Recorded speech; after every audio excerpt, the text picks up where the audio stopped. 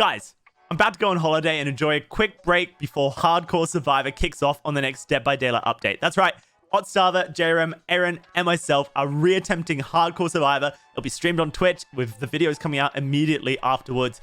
So hopefully you guys enjoy that when it does happen. But before I go on holiday, I'm just going to do one small task. Just one little teeny weeny task. I'm going to fix Dead by Daylight. Someone's going to do it, right? Might as well be me. Behavior of doing some really good changes. I don't want to get it wrong, but I think I've got some really good changes that would instantly make Dead by Daylight better for the majority of the player base and make it much more healthier. And I say the majority because I know some people won't like the changes because it will mean that they get nerfed in a way. That's fine because I'm making it the better game for everybody, in my opinion. First change, right, is balance changes for Nurse. Nurse is the strongest killer in Dead by Daylight, and I want to keep her that way for what it's worth. I want Nurse to stay #1 killer because we need a killer like Nurse in the meta where if things get tough, you've got a strong killer that you can work with. However, I think currently Nurse is in a state where the amount of skill and time and effort required to play for her is actually unbalanced with the amount of stuff that she can output, like how good she can be in the game. She's a little bit too strong right now. For example, Blight, Hillbilly, Huntress, Trickster, even Pinhead, and probably you can name some other killers as well. I think all those killers require way more skill and effort to play than Nurse, but they cannot output anywhere near as much damage as Nurse can. Blight gets close though. So here are some changes that would instantly make Nurse a fairer character without removing her from the #1 spot on a tier list. The first is that her hits from blinks are no longer counted as basic attacks.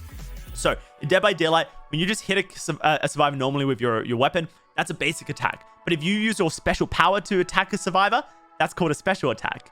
But for whatever reason, when Nurse blinks and hits a survivor, it's counted as a basic attack, and it always has been, and this is just so bad for balance, because that means perks like Sloppy Butcher can apply. That means that Haunted Grounds, Devour Hope, Noed, Starstruck can one-shot survivors off of a blink. It's unfair. Even perks like Jolt will proc from this. If you just make it so that the blink attack counts as a special attack, you instantly remove some really problematic perks, which on every other killer are fine, but for Nurse are unbalanced because Nurse circumvents his pallets, windows, as well as looping, all the usual things that survivors have to keep themselves alive against these kind of perks that are really strong, but, you know, they have downsides. Nurse doesn't care about those, and so Nurse needs to have a downside to her power, and that's that her blinks count as special attacks. Now, you can make it so her basic attacks from just normal walking is still a basic attack, and that means that you can use the Iridescent add-on that takes away one of your blinks, but you get to move at 4.2 meters per second.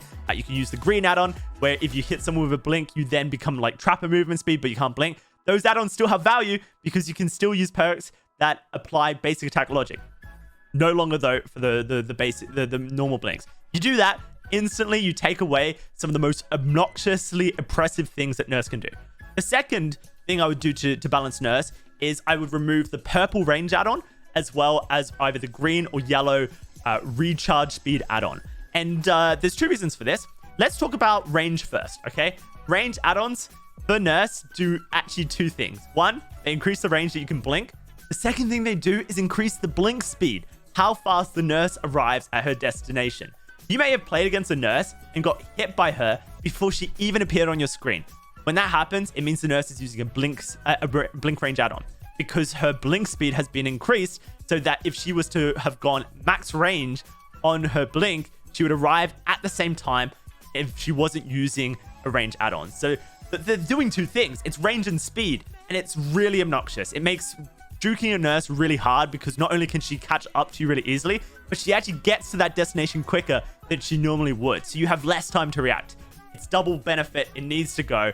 Range should no longer give the speed, but also when Behavior nerfed Spirit, they removed her green movement speed add-ons, green duration add-ons, green activation add-ons, and they made all those add-ons just base yellow. And what this did was add a bit of consistency to basically trying to counter her Spirit, because you always understood, all right, well, this is how fast she's going to be when she's using a movement speed add-on. This is how fast she can go with a duration add-on. This is how fast she can get into a phase walk with an activation add-on. When you remove the double stacking of statistics, especially useful statistics like range and recharge, it gives the survivors that little bit more of consistency so that they can start to learn better to counter the Nurse with doubling back, line of sight breaks, etc. Now, you can buff those add-ons if you want to. If you remove purple range, which is 6 meters, and just keep green range, then you can buff green range to 6 meters. I don't care if you do that. If you keep just the yellow or the green recharge rate add-on, you can buff it a little bit to make up for the fact that you're removing it. But it will be consistent now so that you understand, all right, well, this is how fast she's going to get her blink back with the add-on. It immediately makes things easier for people to counter. And if behavior need to, it could add a blink speed add-on into the game.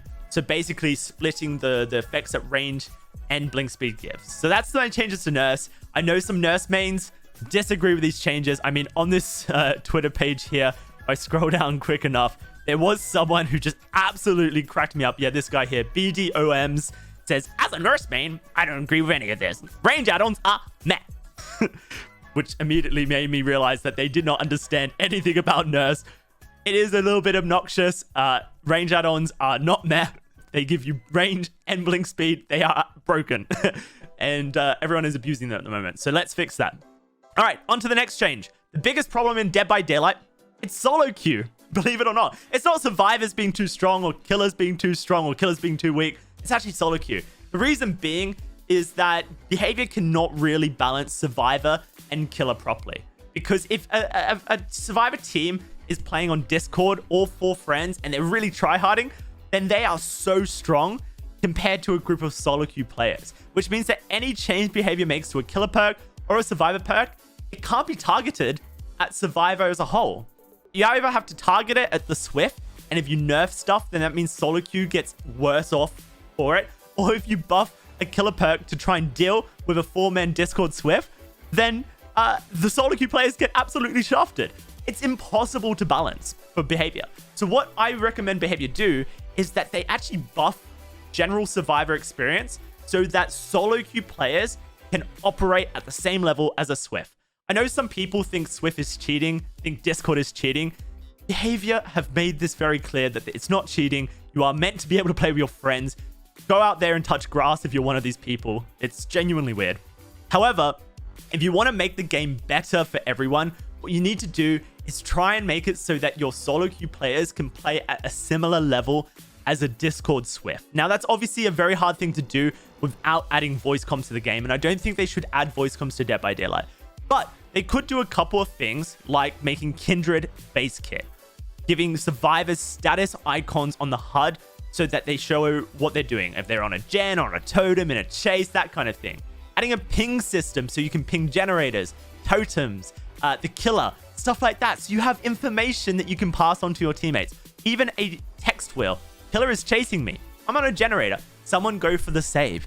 These little pre-made messages so that your solo queue teammates can basically operate at a similar level as a Swift. Now, I hear you killer mains coming through my headphones right now. I've equipped Strider. I know some of you are like, buffing Survivor? That sounds like the worst idea I've ever heard. Survivor's already too strong. If behavior buffs solo queue so that they can operate at a similar level as a Swift, then they can start to balance Survivor and Killer at a proper level. That means that they can nerf gen speeds or heal speeds or unhook speeds. They can buff Bloodlust or buff these different things because there will be consistency. That means any changes they make to Survivor perks can be consistent between solo queue and Swift so that we actually get a balanced game in general. Yes, it sounds like a lot of work to begin with because it's hard to bring solo queue up to Swift level. But if you don't balance Swift and solo queue, then you can't make it. I know some people have suggested that you should like make it so if you're queuing up with teammates on a Swift that you have like gen speed nerfs. That is a ridiculous idea because you don't want to punish people for having friends and playing the video game with their friends. That is the most like loner idea I've ever heard. Someone who genuinely doesn't have friends thinks this, and you don't want Dead by Daylight to be unsuccessful. It is a successful game because you can play it with friends.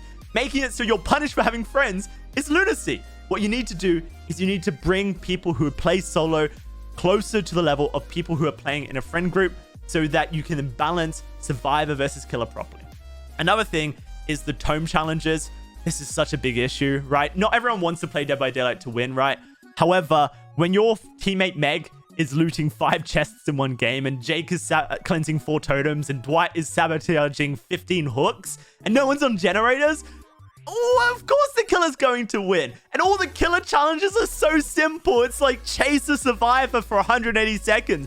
Kick a pallet or a generator. Stuff you need to do to win. It's ridiculous. Solo queue challenges, solo survivor challenges are just so ridiculously second objective, where all the killer challenges are like main objective stuff. And it just hurts solo queue even worse. So if you want to fix the survivor versus killer balance, you want to fix Swift, what you got to do is you actually have to balance it so that solo queue players are just as strong as Swift in ways that don't buff Swift, which Swift already have information because they can talk to each other. So you give the solo queue players information as well. That's how you fix it. Last but not least, because this video is getting a little bit long, is camping and Dead by Daylight. This is such a hard one because I totally agree with the people who are like, camping is a legitimate strategy. It's a tactic. However, I don't think that the first down you get is justified into a face camp at 5 gens remaining. It is just kind of ridiculous, especially when there's no generators nearby. There's nothing you're protecting. You're really just going out of your way to play in an obnoxious way, in my opinion. Sometimes, though, totally justified. So what I think we can do to fix this is to deactivate killer powers when they are within 10 meters of a hook. And so you have to be a bit nuanced with this because like a Wraith needs to use their killer power, right? They need to be able to uncloak and recloak. So maybe not every killer power, but the ones I'm really targeting are stuff like Huntress's Hatchets or Bubba's Chainsaw, Hillbilly's Chainsaw. I think it's crazy that an artist can't use her crows next to a hook, but Bubba can stand there revving his chainsaw. How is that balanced? Some of these killer powers need to be deactivated within a certain range of the hook. The majority of killer powers would be benefited from this. Behavior can be nuanced with it. I'm not saying they should just do it for every killer power. That's silly, but you need to think about this, right? And the other thing is a punishment to when a killer camps unjustified. And so what I mean by unjustified is when there's no one near the hook trying to rescue, when there's no one running towards the hook trying to rescue, when there's no one in the area setting up for a rescue. And so right now the game uses a 60-meter range for emblem status. But emblem status doesn't really mean anything other than getting basically bonus blood points at the end of the month when your survivor grade and killer grade resets. It's not a really good demotivator for camping. So potentially what behavior can use is that 60-meter range detector to basically activate kinship, which is camaraderie. It's a perk that basically adds, I think it's 36 seconds to a hook timer. And it only does this on the second stage. If behavior took away that perk but made a base kit and activated on every hook, if a killer camped unjustified, then it would really deter killers from wanting to camp. And the reason why I think they need to consider adding something like this into the game is because if you didn't know, on the next update, generators are going to take 90 seconds. And there's a perk in Dead by Daylight called Deadlock, which blocks generators for 30 seconds. So if a Bubba manages to down a survivor quite quickly and base camp them for 120 seconds to kill them, and then he manages to down another survivor relatively quickly, camp that survivor straight for 120 seconds, Deadlock will activate on every gen pop, blocking generators for 30 seconds, and with the gens taking 90 seconds total, a Bubba can actually kill 2 survivors via face camping, even if the survivors ignore the unhooks and just do generators before the 5th generator pops. Meaning, if he brings perks like Remember Me, No Way Out, or even Noed, he can basically turn that face camp into a 3k, 4k very easily with no skill, no gameplay required. It is the most absolute mind-numbing playstyle. It should not be rewarded.